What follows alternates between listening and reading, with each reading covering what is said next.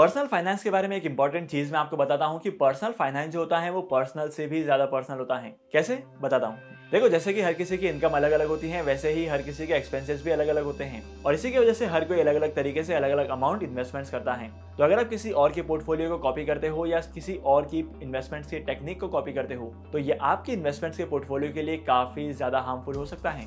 नमस्कार, मैं विमल आप सभी का स्वागत करता हूं आपके अपने YouTube चैनल पर, जहां पर आज की इस वीडियो में फिर से एक बार बात करने वाले हैं पर्सनल फाइनेंस के बारे में। तो हमेशा की तरह आज का ये जो वीडियो है ये काफी ज्यादा इंपॉर्टेंट होने वाला है, क्योंकि आज की इस वीडियो में मैं आपको ऐसी 7 टेक्निक बताने वाला हूँ, ऐसी 7 चीजों के बारे में बताने वाला हूँ। अगर आपको फाइनेंशियल फ्री होना है, अगर आपको अर्ली रिटायरमेंट लेनी है, तो आपको ये सारी चीजों के बारे में पता होना चाहिए। तो इस इंपॉर्टेंट वीडियो को शुरू करने से पहले इस वीडियो को कर देना लाइक, शेयर। इसी के साथ साथ अगर आप इस चैनल पर नए हो ना तो इस चैनल को सब्सक्राइब करो।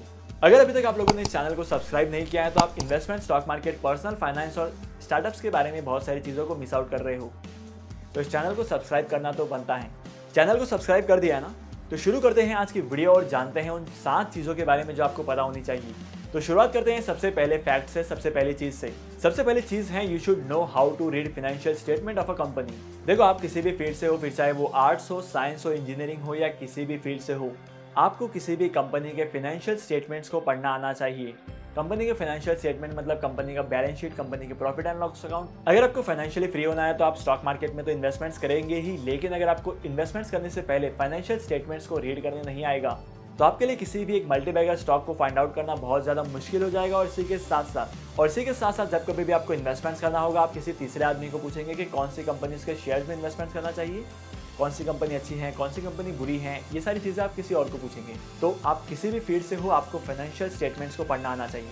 अगर आपको सीखना है कि किसी भी कंपनी के बैलेंस शीट को रीड कैसे करते हैं, किसी भी कंपनी का फंडामेंटल एनालिसिस कैसे करते हैं, तो इसके ऊपर मैंने बहुत सारे डेडिकेटेड वीडियोस बनाए हैं जहां पर मैंने इस चीज को एक्सप्लेन किया है। लिंक आपको डिस्क्रिप्शन में मिल जाएगी, वहां पर जाकर आप चेकआउट कर सकते हैं। अगर आपको फाइनेंशियली फ्री होना है तो दूसरी बात आपको ये ध्यान रखनी है कि आपको पता होना चाहिए कि कितने टाइप की इनकम होती है जहां से आप पैसे कमा सकते हैं। अगर आपको पैसे कमाने हैं तो यहाँ पर पैसे कमाने के 2 तरीके हैं। सबसे पहला होता है एक्टिव और सेकंड होता है पैसिव।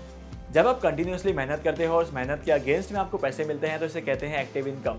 और जिस चीज में आपको मेहनत करनी ना पड़े और वहां पर आपको पैसे मिलते जाए, इसको कहते हैं पैसिव इनकम। वैसे तो आप सभी को पता है कि एक्टिव इनकम के एग्जांपल्स क्या क्या होते हैं, तो पैसिव इनकम के एग्जांपल्स मैं आपको बता देता हूं। अगर आप किसी ऐसी कंपनीज के शेयर्स में इन्वेस्टमेंट्स करते हैं जो कंपनी आपको डिविडेंड पे करती है, तो यहाँ पर जो डिविडेंड है वो आपको पैसिव इनकम का सोर्स हो जाता है।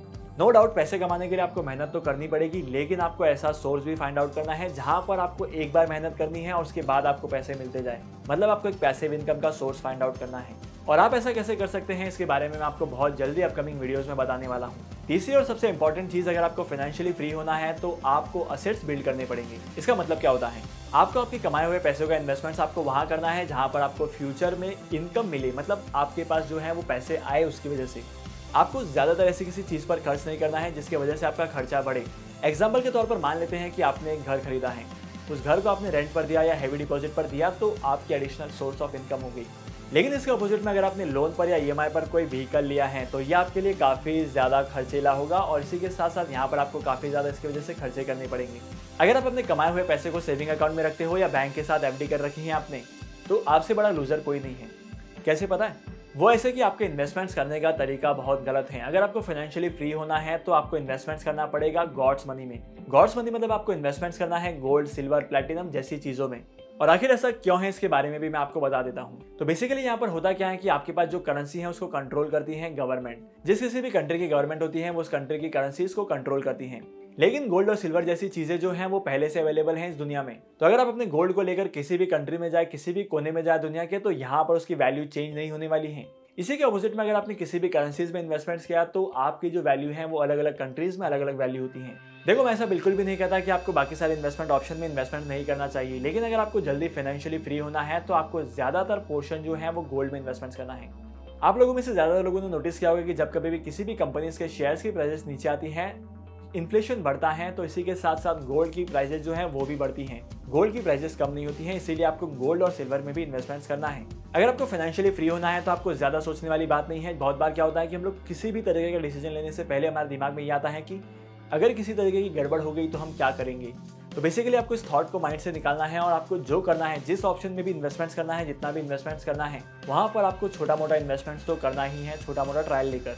क्योंकि जब तक आप मिस्टेक्स नहीं करेंगे तब तक आप सीखेंगे नहीं, और अगर आपको फाइनेंशियली फ्री होना है तो सीखना भी काफी ज्यादा जरूरी है।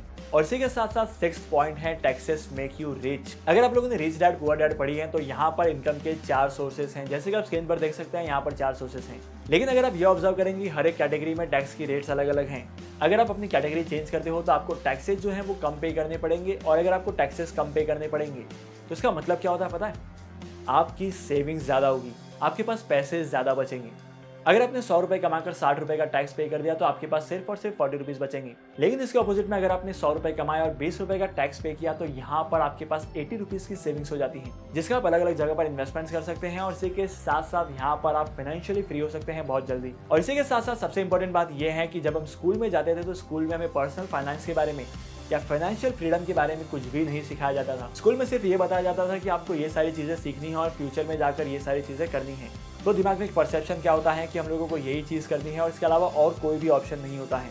लेकिन ऐसा बिल्कुल भी नहीं है। मार्केट में बहुत सारे ऑप्शंस अवेलेबल हैं जो चीज़ आप कर सकते हैं। आप अपने खुद का स्टार्टअप डेवलप कर सकते हैं, आप अपनी खुद की बुक लिख सकते हैं, या कोई भी ऐसी चीज़ कर सकते हैं जहां पर आपको इंटरेस्ट हो। तो स्कूल में जो कुछ भी सीखा है फाइनेंसेस के बारे में उसको जरा सा दूर रखिए और इसी के साथ साथ अपने इन्वेस्टमेंट्स की जर्नी की नई शुरुआत कीजिए।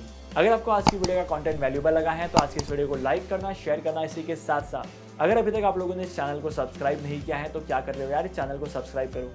और तो आने वाली अपकमिंग वीडियोस जो हैं वो काफ़ी ज़्यादा इंपॉर्टेंट होने वाली हैं, क्योंकि यहाँ पर मैं आपको बहुत सारी चीज़ें बताने वाला हूँ पर्सनल फाइनेंस और स्टार्टअप्स के बारे में। तो इस चैनल को शेयर करना अपने दोस्तों के साथ भी, ताकि उन्हें भी बहुत सारी चीज़ों के बारे में पता चल सके।